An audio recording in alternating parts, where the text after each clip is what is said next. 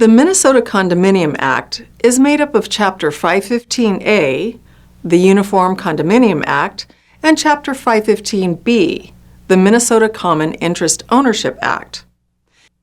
Chapter 515A is broken into four main sections regarding condominiums, including their creation, alteration and termination, and management and purchase.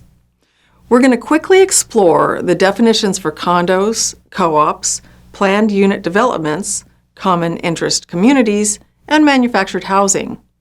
To do this, we'll summarize the terms found in Chapter 515B and add a couple more for context. First, let's look at condominiums.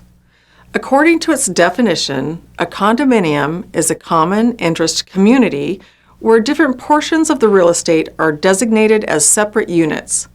The remainder of the property is designated as common ownership areas shared by the owners of the units. Essentially, this is an individually owned single unit of a larger building or complex. The use and access to common areas within the property are controlled by an association of owners that jointly represent ownership of the whole property. A cooperative is a common interest community where the real estate itself is actually owned by an association, and individuals who live in the units are granted a proprietary lease through the members' ownership in the association. These are basically owned by members and operated for their benefit. Each member possesses shares in the entity that allows them to use the property. Although the members live in the units, their shares are categorized as personal property and they do not own the property itself. Now let's look at planned unit developments. This definition isn't found in Minnesota law. Planned unit developments provide owners with a single-family dwelling and a lot as separate property, but also add membership in a community association that owns the common areas. These may simply be green spaces between the houses or as extensive parks, pools, and clubhouse facilities. Common interest communities are not actually defined in Section 515B either. The element that defines whether a property is part of a common interest community is mostly dependent on the agreement that grants ownership of the property.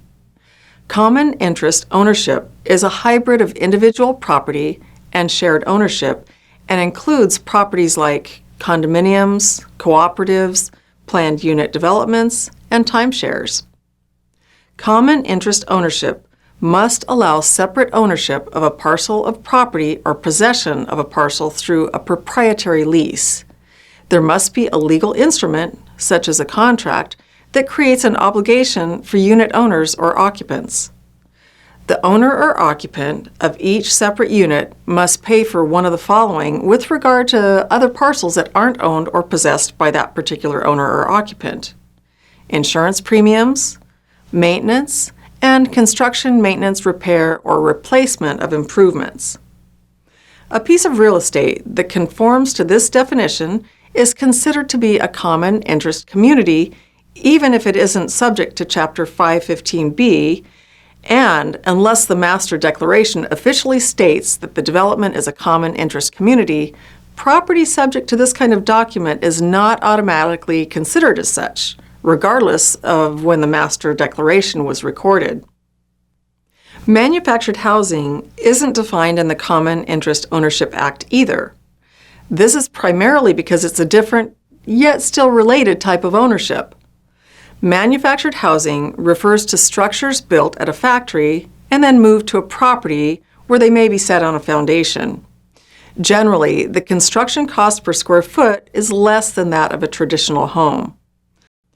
Although this form of housing had a rather negative public perception in the past, it's come a long way, and many forms have high-quality construction. Manufactured housing now takes a number of different forms, like modular homes or tiny homes, as opposed to the more traditional mobile home look.